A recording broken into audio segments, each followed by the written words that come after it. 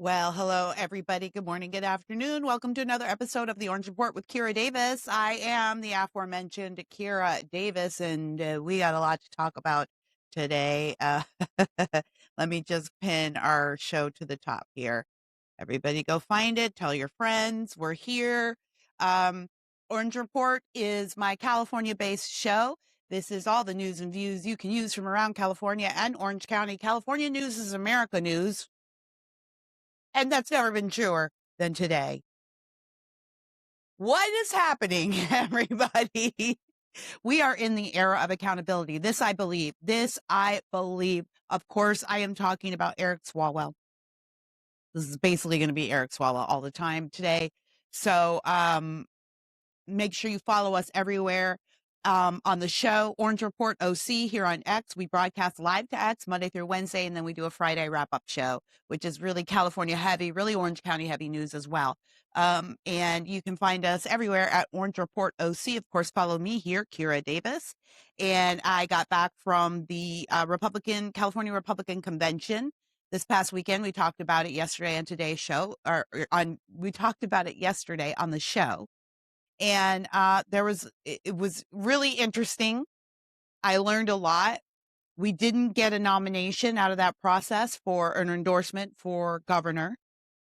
It wasn't necessarily something that either candidate felt was absolutely necessary, but it would have helped. But interestingly enough, Swalwell then, while we were there, began to fold. And as predicted, the polls have changed. Actually, let me put my glasses on here and stop pretending I can see without my glasses. I do this a lot. I texted my friend like this totally random thing the other day, and she was like, I don't know what this means. When I put my glasses on, I was like, oh, I texted it without glasses on. I'm so sorry. And I just asked people on X last night about contacts because I'm terrified of contacts. The idea of putting something in my eye and what if it gets lost in there? But I don't know. I'm thinking more and more about it. Hit me up in the comments. Like, give me some comfort. A lot of you guys had great advice, great comfort on the contacts thing. I just don't like being chained to glasses. I don't mind the glasses, and glasses look cool. Sometimes get a cool pair. I love these. But, I just don't want to be chained to them. So anyway, sidebar. That has nothing to do with Eric Swalwell's depravity, but at least I could see it better. If I had contacts, maybe it wouldn't be so inconvenient. But we'll get to Eric in a minute. But as I was saying, new polling has come out, fresh polling, and it's pretty much what we thought it would be. Let's do show number 4 here, Scott. Clip 4, cut 4. This is here we go. All right. Where am I? Okay, here we go. Sorry about that. California governor race. This is a San Diego County Tribune poll. San Diego County surveyed. So this is one county. All right. And the California polls are difficult because there's just so many of us here. But as you can see, Steve Hilton on the top with 20%. Tom Steyer has skipped ahead to 14%. That was Swalwell right underneath there before. Jose Baccaria or whatever, Xavier Baccaria. I think Joe Biden called him Jose Baccaria. Xavier Becerra at 9%. Bianco at 8%. This is exactly how we thought it was going to be, people. This is exactly what we expect. Bianco at 8%. All right, you can take that off. Yeah, that's all I have. And this is what I keep trying to tell people about Chad. It's not that you're wrong to like him. It's not that you are wrong to, support him. A lot of my friends who are Chad supporters feel that he is a good Christian man, and that takes precedence over everything else for them. And I'm not going to argue that point right now, but what I will say is regardless of that, Chad does not have the opportunity to win. Now, 1,000, I know I know a lot of you apologists out there are saying, well, it's only 1,000 people and it's San Diego County, but that's how polling works. It's a sample, right? And San Diego County is a really diverse county. It's a really big county. It's a good county to take polls in, just like LA County is, just like San Luis Obispo is. Like there are some counties that pollsters go to get a good read on the rest of the state, and that's San Diego. But even if you don't believe that, the highest he's polling, even in his own polls, is 13 to 14%. I've been telling you this for a minute now. He's stalling out. The campaign is stalling out. And it doesn't matter what the delegates did at the convention, because the delegates aren't even representative of the entire state. They're not even representative of the base, which feels crazy. This is why I now understand why so many people recruit me to be a delegate. I don't really have much interest in it, but a lot of people are like, but there's a lot of crazy delegates out there. There's a lot of great delegates, but um, the delegates are not a complete. I mean, I'm sorry, they just are not a complete representation of the Republican state, and that's not an insult. All it means is that if you're a delegate, right, you're paying for that privilege. By the way, you have to pay a fee to be a member of the party and a fee to be a delegate. So the type of person who would pay a fee, pay $100 to be a delegate, and then whatever your county party requires for registration, I think mine's like $100 a year, something like that. So $200, the kind of person who would pay $200, get out of bed on a Friday morning, fly to San Diego from the very northern regions of the state, slum it at a convention for 3 days, eat expensive food, go to see political operatives give seminars on door knocking and voter training and all of that. Like the type of person that is dedicated to do that's not representative of the normal electorate. I mean, I same for me, right? I'm not a normie. I'm a political junkie. I'm a political nerd, and that's the type of people who go. So it's not to say that their voice doesn't matter. I don't mean to imply that at all. Certainly not. I just mean to say you can get fooled by that data coming out of the convention, and it is not representative of the larger Republican base. That's just the way our system works. So even when Chad went in there, and he only won that even by just a small 3%, and you can attribute that to Chad not campaigning to the people in the state, but he's been campaigning to delegates for the last year, which I said yesterday I thought was really smart, and I didn't understand that's what he was doing. It was really smart, and you saw the results at the convention.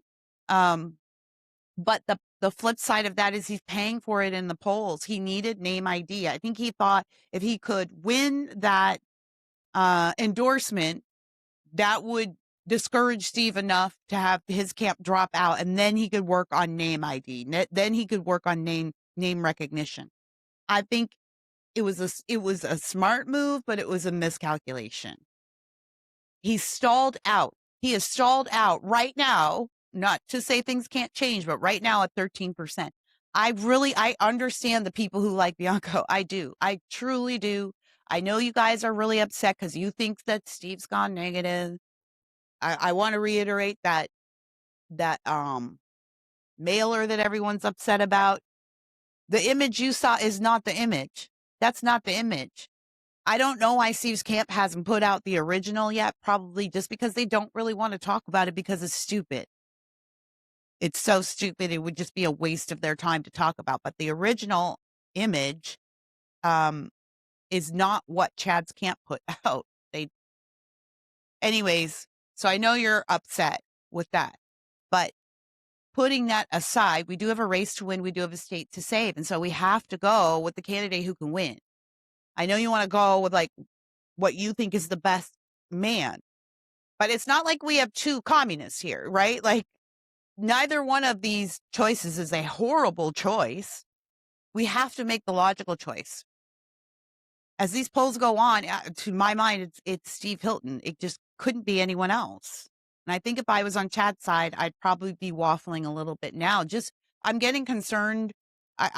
if I was on that side, I would be saying, I'm getting concerned that we're not going to pull this out, and I don't want to risk losing the whole state on our pride.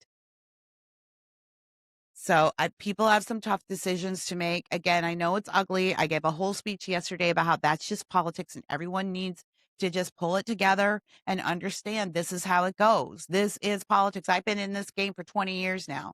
It's never been any different. Go look at it's never been any different, actually. I think it's not just naive to request that of your candidates. It's ignorant because you're not a student of history then. You need to just read Thomas Jefferson and John Adams and how they talked about each other when they were campaigning and outside of it. Read what John Adams has to say about Ben Franklin. He hated Ben Franklin. He talked all kinds of crap about Ben Franklin. And these guys said horrible things about each other's mothers and the sexual positions their mothers would be in. Like our founding fathers did this. So we're not in some new time. And the idea that anyone's going to be so high-minded that they're going to avoid the negatives of politics, that is very naive and it's ignorant. It's ignorant of American history. This is again, it's not just us. I read a great book about the Russian the Russian royal line and the Russian Revolution, and they're one of their queens. Queen Catherine was oh my goodness, some of the stuff that her opponents had put in the media at that time, and this would have been the late 1700s. It was pornographic. It was pornographic. So none of this is new. I think it's silly to think you're going to be above it. I don't mean to be insulting. I'm just telling you the truth. I don't know where Christian Republicans got this idea that we're supposed to stay above it all. All we do is campaign on the positive. I would like to remind you people, most of you people out there, most of you Republicans out there who are saying, well, we shouldn't be dinging each other up. We shouldn't be doing negative campaigning. Most of you Republicans out there remember John McCain, Barack Obama, 2008. And what did John McCain say? I'm not going to campaign negatively. I'm not going to talk about all of his issues, right? And he got crushed. He would have got crushed even more if he hadn't pulled Sarah Palin onto that ticket. And she got a lot of the evangelical base to get out people who weren't going to come out for John McCain because they felt he was so milquetoast. And he was. And he got crushed. And we got 8 years of Obama, and that nearly crushed us. We're only just now realizing what he did to us. That was the result of a candidate who refused to campaign negatively. Because I think what you call negative, I don't believe is negative. So this is how it is. And Chad's been campaigning negatively too. And still the results receive are this. So I just think logically speaking, and I know it's hard once you've made a decision. Most people can't handle a paradigm shift. I talk about this on my old show, Just Listen to Yourself. You can go back and find those archives. I don't get paid for it anymore, but it was pretty popular. It was an explainer show. And I talked about this issue. Well, I won't go on. Let's go on to Eric Swalwell. I think you need to go find Just Listen to Yourself with Kira Davis, and I've got a whole bunch on there. I don't do it anymore because that was a show that was dedicated to persuasion. And it's interesting to go back and listen to those archives. I took us through the dark ages on that show, took us through BLM, the Biden administration. I was really trying to figure out a way how we could sift through these ideas and be influential in the arena of ideas while still holding true to our core values, but also recognizing that we weren't in the majority. And after they killed Charlie, I just have no interest in it anymore. I don't want to persuade anymore. I think the people who are persuadable are already here. And the Charlie Kirks of the world, those guys who are out there, those guys and gals who are out there carrying on his work, they're needed and good for them. I just don't think it's my place anymore. I don't have the temperament for it anymore. My temperament is quickly becoming just hashtag salty. All it is hashtag salty. Everything is getting on my nerves. All right, let's go to let's flip the script here a little bit to Swalwell. All right, because this is gonna be the bulk of our show today. because this isn't just about Swalwell. This is about an era of accountability. This is about an entire system that's about to collapse if we do it right. If we do it right, and it's going to be painful. Let's do cut 2, and we're going to play this sound, if we can. This is from a victim statement from a woman who claims she was sexually assaulted by Eric Swalwell. And her story is not, this is not just, he hired me for illicit activities and it got out of hand, or we were drinking together and it got out of hand, or he came on to me and it got out of hand, or he was very flirty and suggestive and inappropriate and it got out of hand. It's not that. This is worse. So let's play this sound. The allegation. She's speaking now in California, Beverly Hills. Let's watch. In 2018, while I was living and working as a model in Beverly Hills, and I also owned a fashion software company, I had contact with Eric Swalwell on 3 separate occasions after meeting him socially.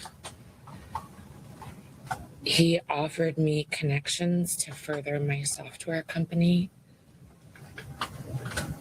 and I also had an interest in local politics. He invited me to 2 public events.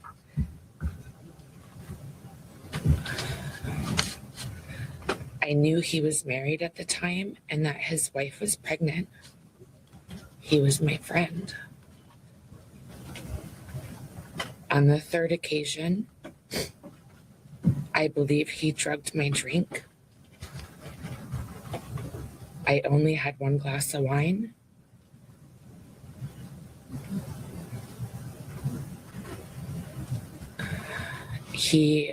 We were supposed to go to a political event, and he said he needed to get paperwork from his hotel room.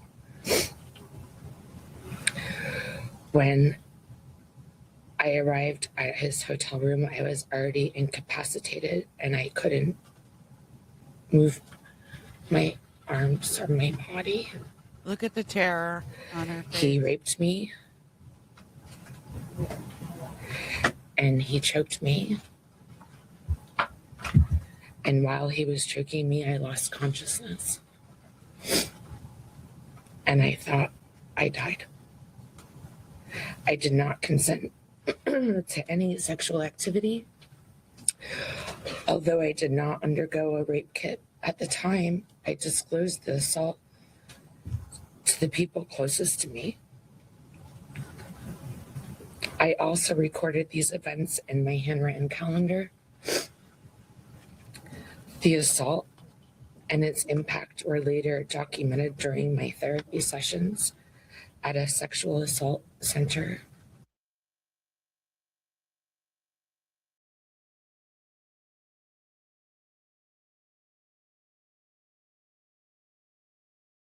I knew Eric Swalwell was a creep.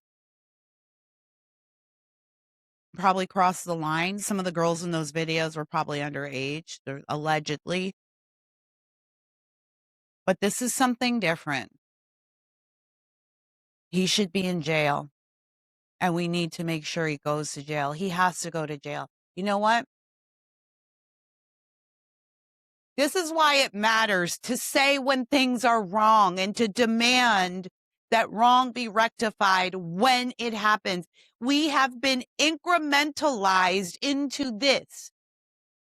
Bill Clinton. I was a young woman when the Clinton scandal broke, but I remember it very clearly. I wasn't that young. I was in college. And I can clearly remember Bill Clinton, Monica Lewinsky, the cigar, the blue dress, all the gross stuff. And what did the culture do with that? Right? Republicans and conservatives said, this is gross, everybody. This is a disgusting representation of the office. He did disgusting things in the office. We can't allow this to stand because this man represents the flag. This man represents every human being in this country. We can't let it stand. And what did the left do?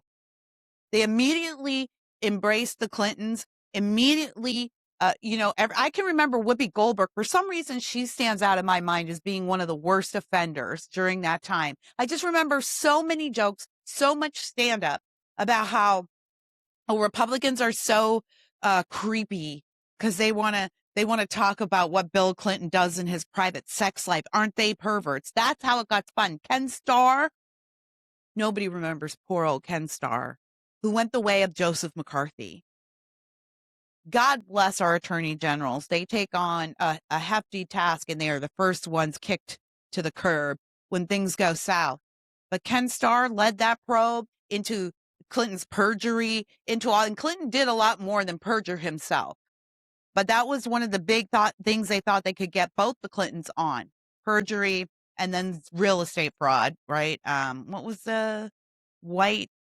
It wasn't Whitestone. It was, I can't remember. But anyway, they had a lot of y'all might not even know this, but they had a huge real estate scandal that was actually pretty deep and pretty wide and pretty bad. And they got out from under it, and the culture embraced them, circled the wagons. And we on the right were told, I wasn't on the right then, I was actually on the left, but still, we on the right were told that we were the perverts. We were the perverts for wanting to talk about Bill Clinton's perversion. And that played out because we didn't have an alternate media. All we had then was Rush Limbaugh, and Fox News was just coming into play.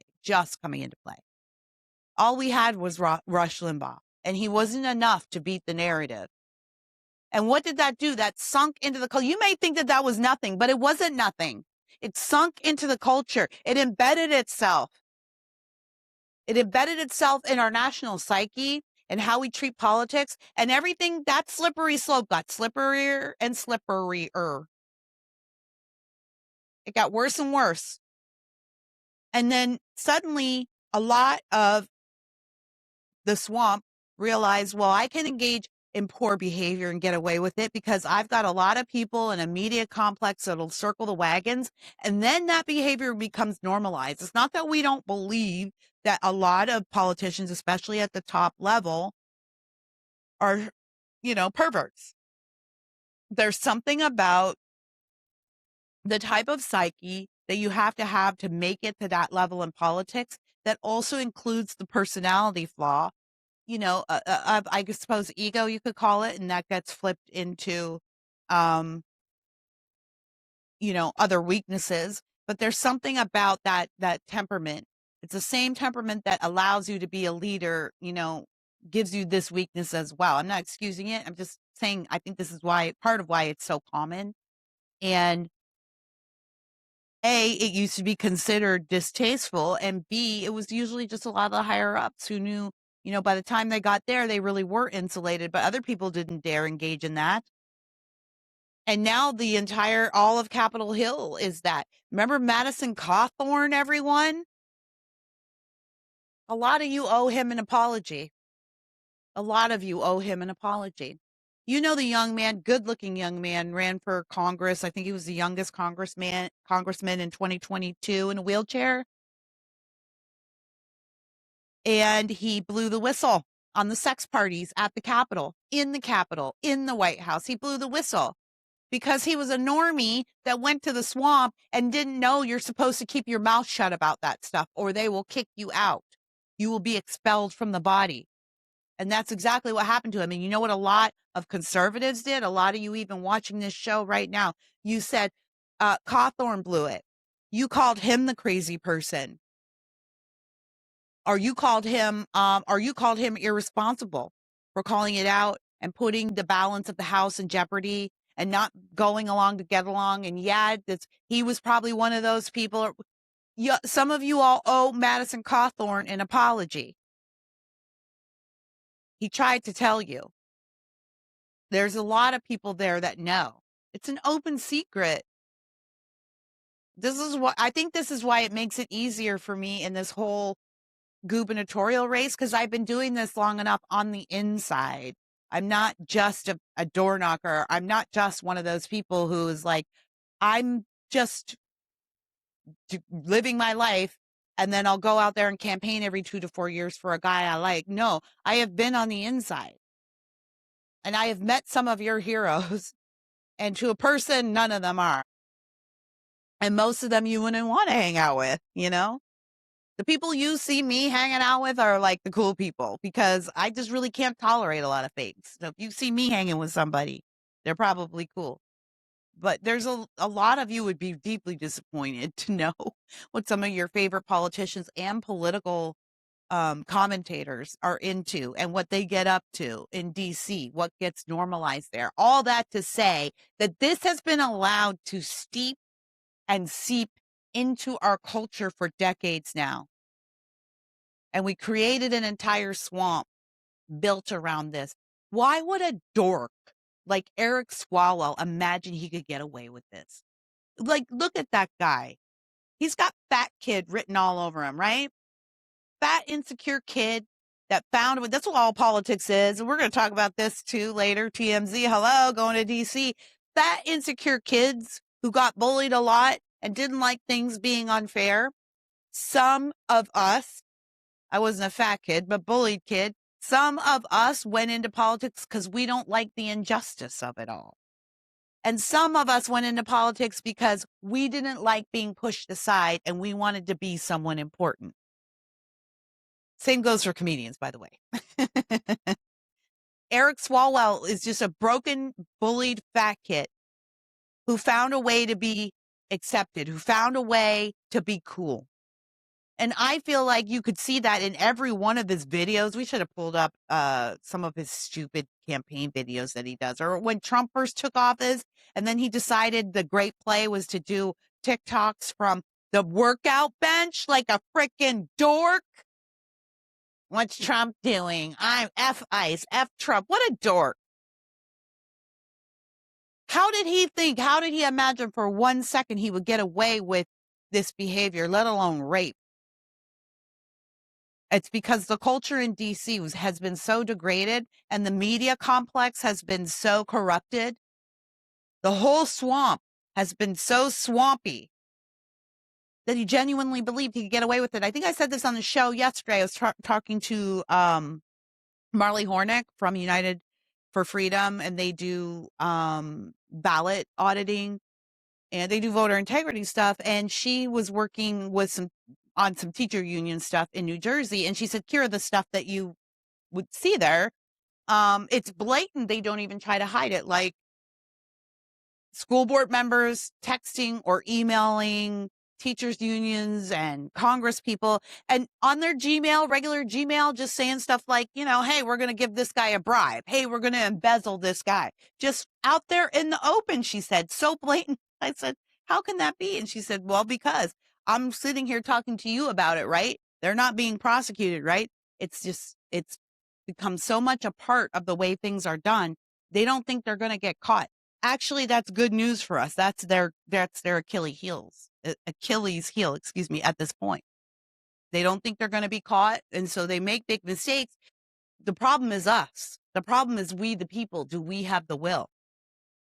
Do we have the will? And we haven't had the will to change it. But I think that's changing for a lot of reasons. One reason is Nick Shirley, but not Nick Shirley. I know Nick Shirley is like the Johnny come lately, but it's been years of people like Nick, citizen journalists who have been out there hitting the streets, pounding the pavement, getting the stories. The right wing knew about Eric Swalwell forever. We've known about Eric forever, but we've had almost zero voice in media up until the last couple of years. So again, all that stuff just got swept under the rug. You have to have people who are willing to say the hard things and do the hard things. The people have to have the will to make this happen. And I think we're there. I think we do. Eric's resignation is not going to be enough, right? It's not going to be enough. He resigned because he's trying to avoid prosecution. And in the old America, it would work. In the golden age of America, it's not going to work. And more people are going to go down, and more people need to go down. I saw Ruben Gallego, senator from Arizona, Democrat senator, another friggin' dork, another fat kid, insecure, bullied dork who went into politics and is a gross creeper. Ruben, we know about you too. You're disgusting and despicable. We know about you. And your BFFs with Eric. My opinion is that it's Ruben Gallego taking that video in the room where Eric is acting like a total creeper with those girls. Ruben Gallego even came out today and said, I definitely think that jail time is deserved here. I didn't know anything about this, and I have text messages from Eric. He's trying to save his own bacon. He's going to say, there's no, you don't have any friends in DC, everybody. If you have a friend, you keep that friend close. He's trying to save his own bacon because he knows he's next. But guess what? It's not just going to be Democrats, everybody. It's not just going to be Democrats. What did I just finish telling you? I've been doing this job in and out of D.C. And I used to live in D.C. I was partially raised in Washington, D.C. Don't forget. My dad and stepmom worked on the Hill. I went to school on the Hill. It wasn't great back then, but it's still not great, but it's a different kind of not great now. I know DC, and I know how this works. And I you know, a lot of times y'all will ask me about people I've met and how great they are, and I'll give you a nice answer because I know you don't want to hear the real one, which is, oh, they do things that you wouldn't like to do, but they vote the right way. And so far, that's been enough. But if we're in the era of accountability, a lot of people are going down, and it's going to be some people that we like, and I hope it's not, but of course it will be. So everyone is going to have to suck it up and learn your lessons, you know, get a little savvy. Get a little savvy. The type of person you have to run for higher office who can win, they're not going to be perfect. And I've seen how easily the base will split off from a candidate if they veer they hear one little bit of bad news. The base really does expect perfection. And what each person considers bad news is different. Some people, you know, wouldn't consider a accusation bad news, but they might consider a tasteless karaoke performance bad news, and they will walk away like that. The base is fickle. The base is fickle. So people are going to go down. Are you ready? I mean, I'm ready. I'm not happy. I worry about what it will mean for the balance of the House and for Trump's agenda. Of course, all that. But we cannot move into the golden age with one foot stuck in the swamp. And we're not just talking about men behaving badly here. You just heard that testimony from that woman. Listen, I've heard a lot of Me Too testimonies over the years. You have too. And some are moving and some are just made up. Some are just women who had a bad date and are trying to get a payout. We've seen that too. I think we've seen enough to know we're watching a sincere woman, and that woman is still traumatized, clearly, from this experience. And, you know, again, this is just her word. He is innocent until proven guilty in a court of law. That's how our system works. But the woman I saw there looked terrified still. And that's a terrifying story. Ladies, be careful. Be careful out there. I can remember Courtney Love saying on the red carpet in the early 2000s, someone cornered her. Courtney Love, when she was making a transition from rock and roll to Hollywood, and she was a great actress, actually. She still is. She really got the short end of that stick, but she made a mistake. She was on the red carpet, and she was in award season. She was nominated for some awards. That woman is actually very talented. I know a lot of you think she killed Kurt Cobain. I don't know about that. I have no idea. But she was a very talented actress. And someone asked her, what advice would you give to young actresses trying to come up in Hollywood? And she said, don't take a private meeting in a hotel room with Harvey Weinstein. And he made sure she never worked again for that one. She was on her way to becoming an Oscar winner. She was on her way to becoming the good Lady Gaga. Lady Gaga is an okay actress and she wants to be an Oscar-winning actress, of course. All rock stars want to be actors. All actors want to be rock stars. They all think the business on the other side is going to be easier with fewer predators. I don't know. I don't know how any of it works, but that's how it is. But yeah, ladies, you be careful. Exercise caution, especially in the world of politics. There are older men in this business who will look at younger, naive women and take advantage of your desire to be loved and accepted and influential. For some women, it works. Hashtag Kamala Harris.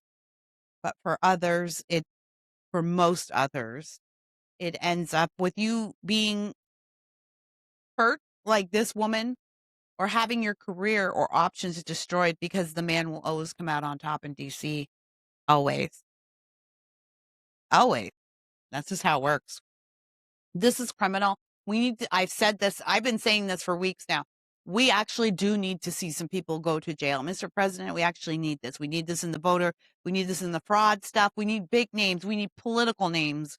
We need this in the fraud stuff. If you're going to win November, we need some arrests. We need to arrest these criminals. We need to make an example of them. We have to renormalize normal. We have to renormalize justice. This isn't just boys behaving badly, boys being boys. This is criminal, disgusting, perverted behavior. We have to stand on principle, and that's what the Clinton era did for us. It moved that bar. It shifted the bar. We know that men behave badly in these positions. Like, that is nothing new. You should read Maureen Callahan's series on the Kennedys. John F. Kennedy Jr. It's hilarious that he's having his reputation is having a renaissance. He's a horrible person. Read her book, or even his dad, JFK. Gross, horrible person with a lot of sexual dysfunction, and he took it out on women.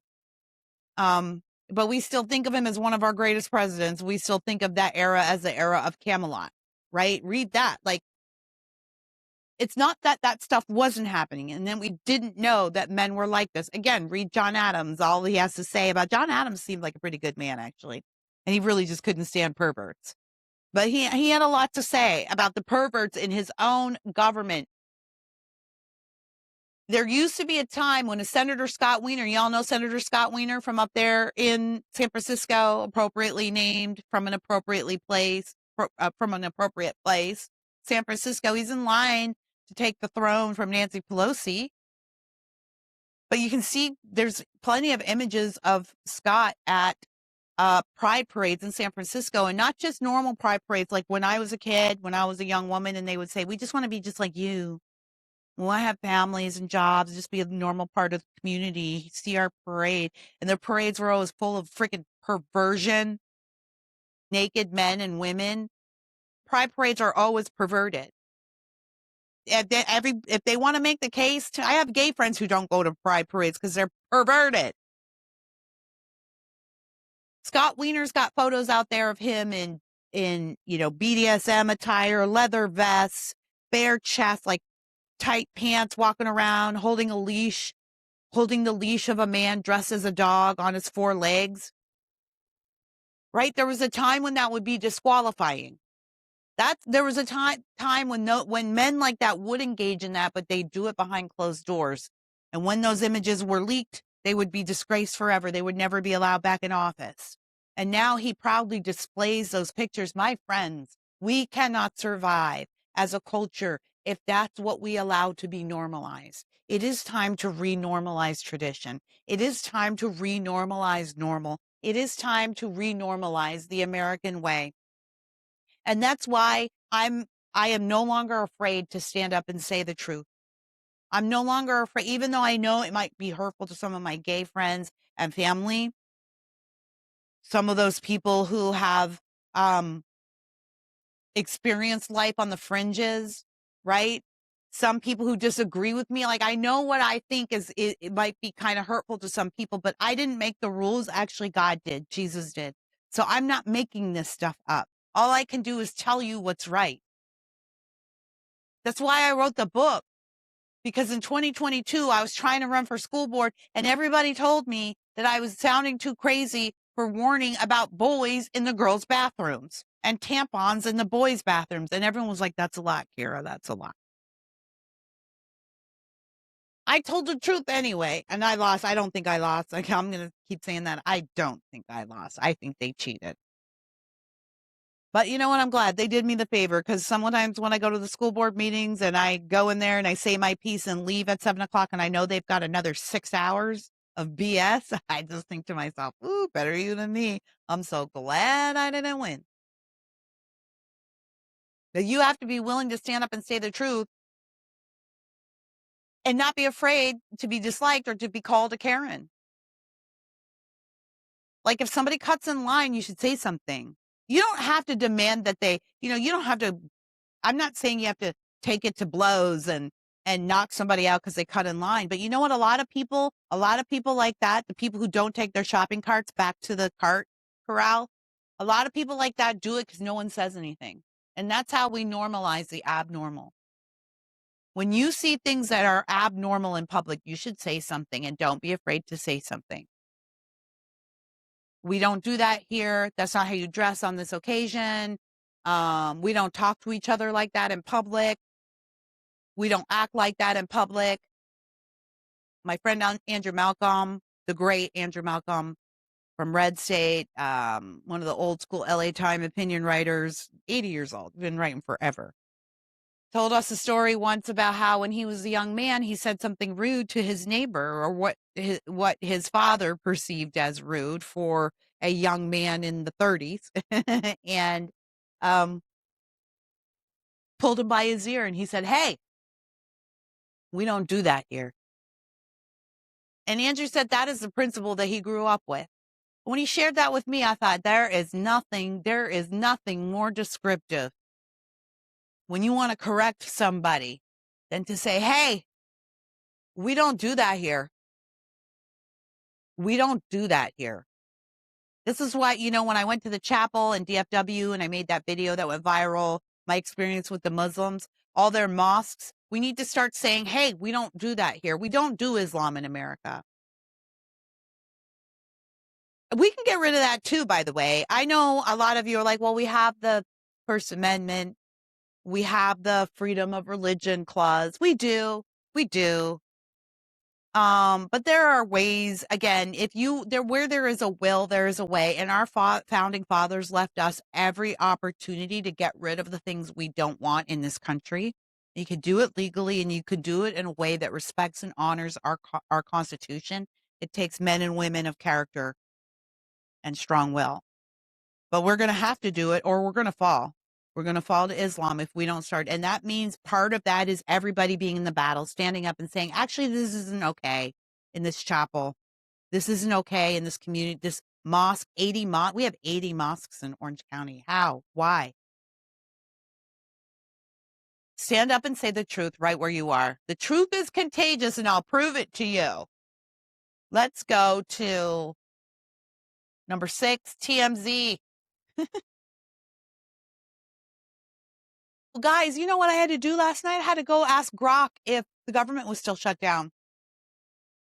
It is, by the way. I don't know if you know, the government's still shut down. We're still in a shutdown. Democrats are going to take us all the way to hell to win. They hate you. They hate you. They hate you. They don't care. This is how bad it is. All right. So TMZ announced yesterday they're opening a DC bureau. If you recall, TMZ has been dedicated to shaming the DC politicians who are out there on vacation, spending time with their families while refusing to pay TSA, while refusing to reopen the government. I don't even know which parts of the government are closed down anymore. I don't even care. But TMZ decided to do that. Well, it was so popular that they realized maybe, there's a whole other kind of Hollywood going on in DC. Maybe they should cover it. So they opened TMZ DC last week, and they will be covering Capitol Hill. TMZ ran into Senator Lindsey Graham, who was on his way into his office Monday at the Russell Building, and asked about the now infamous photo of him at Fantasyland in Disney World, clutching a bubble wand during his 2-week spring break.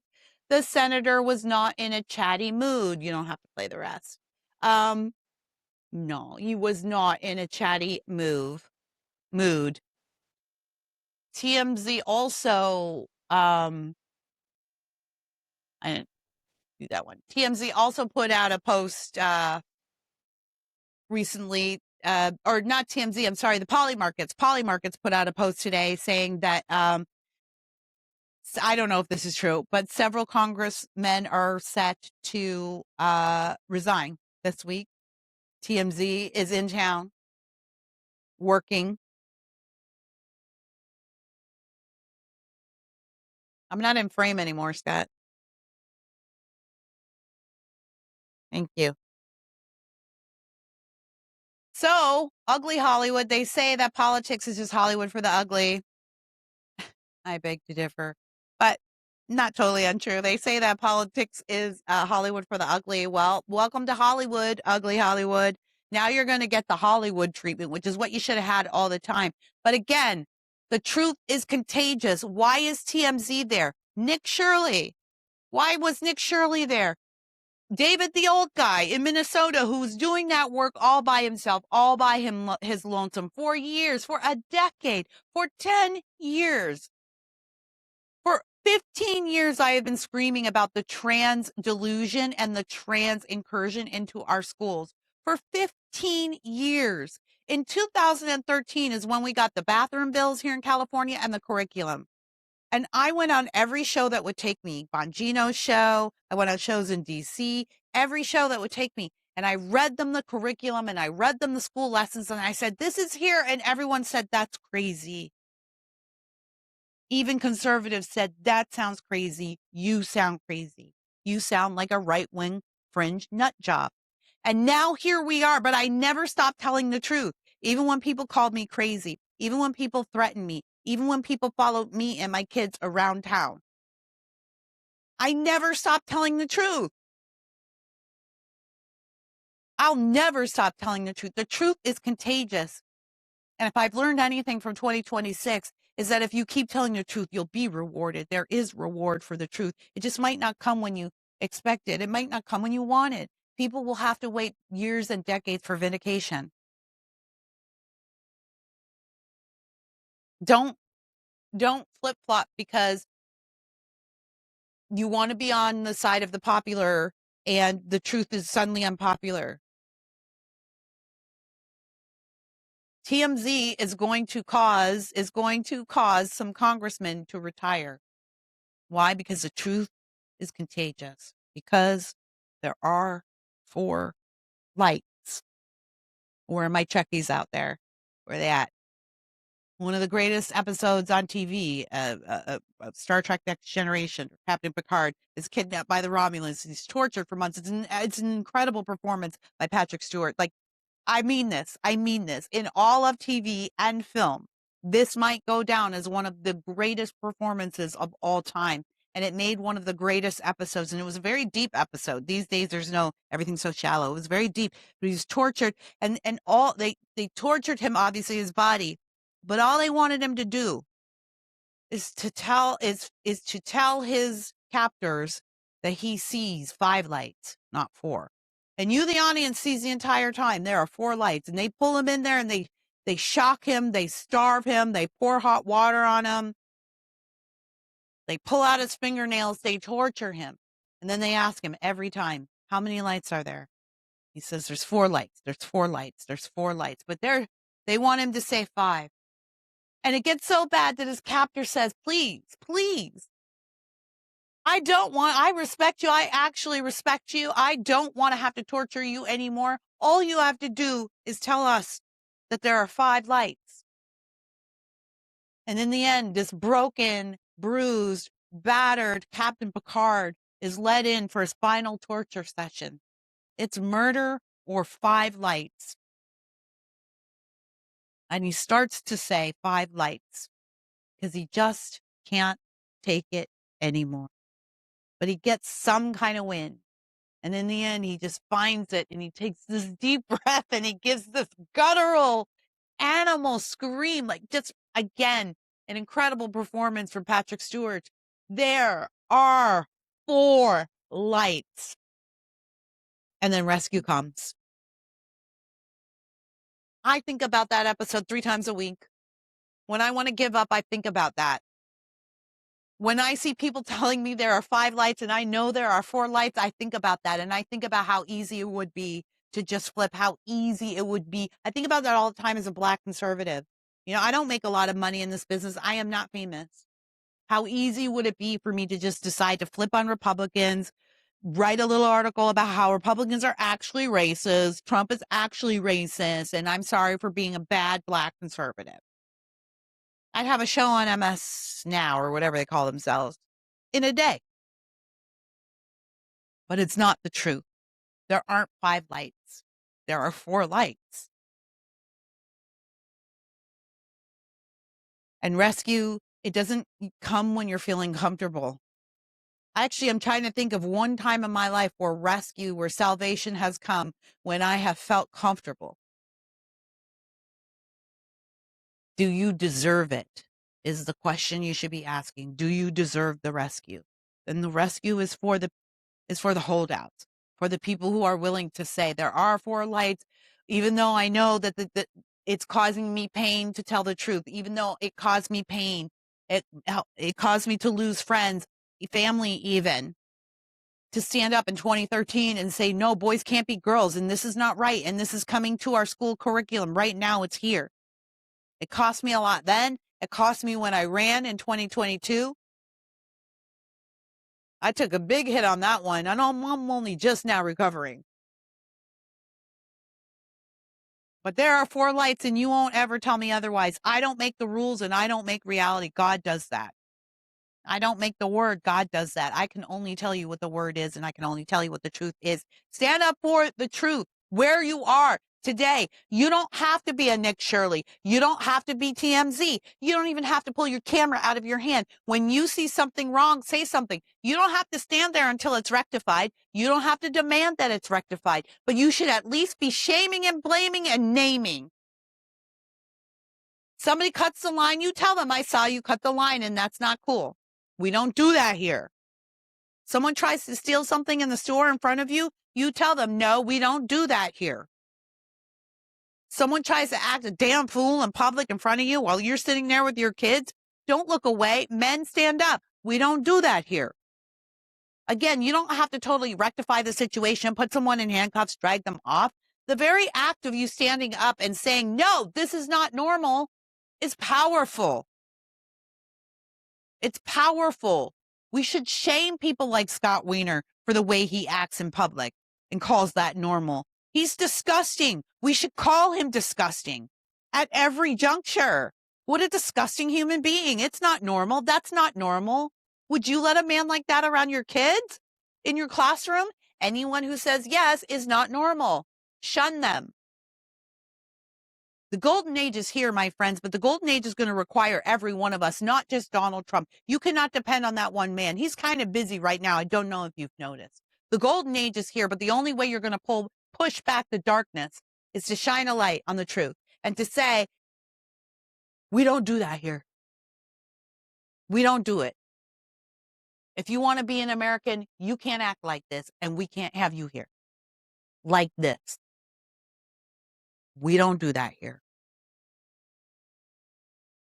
The Swalwell thing is getting icky. It's getting ickier. I want to see some public prosecutions.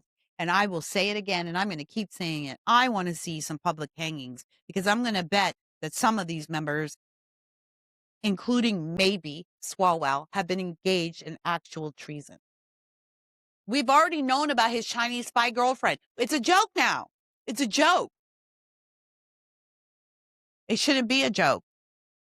It's very serious. That's traitorous. It's like a mother killing her own child. It just simply, it's so far outside the bounds of humanity. It's so far outside the boundaries of patriotism. A person like that cannot be allowed to be in our midst. They will only infect our midst. Have to kick out the infections. All right, I'm going to go. You make sure you follow me everywhere. Tell me what you think of this Swalwell mess. Who's next? Ruben Gallego. He's trying to save his bacon, but he is next. He is next. I think he is on tape somewhere doing some other stuff. And this is him trying to save his job. But you know what, y'all? You should stop thinking about trying to save your jobs, and you should think about trying to save your freedom. That's what you should be doing. Let's see some public hangings, and then let's normalize that. Let's normalize being hung for treason again. Let's do that. Let's get to the golden age where people who commit shameful acts are allowed to be called out for those shameful acts in public, and we shame them publicly and we shun them publicly. Let's get back to that America. And maybe everyone will work just a little harder to hold their decorum and keep their acts together and act like decent human beings, at least while they're in public. All right, follow me everywhere. JustKiraDavis.com for my work, all that. I'll be dropping an article today as well. Don't forget that the truth matters and the best disinfectant is sunshine. So go out there and bring on the sunshine. Peace out.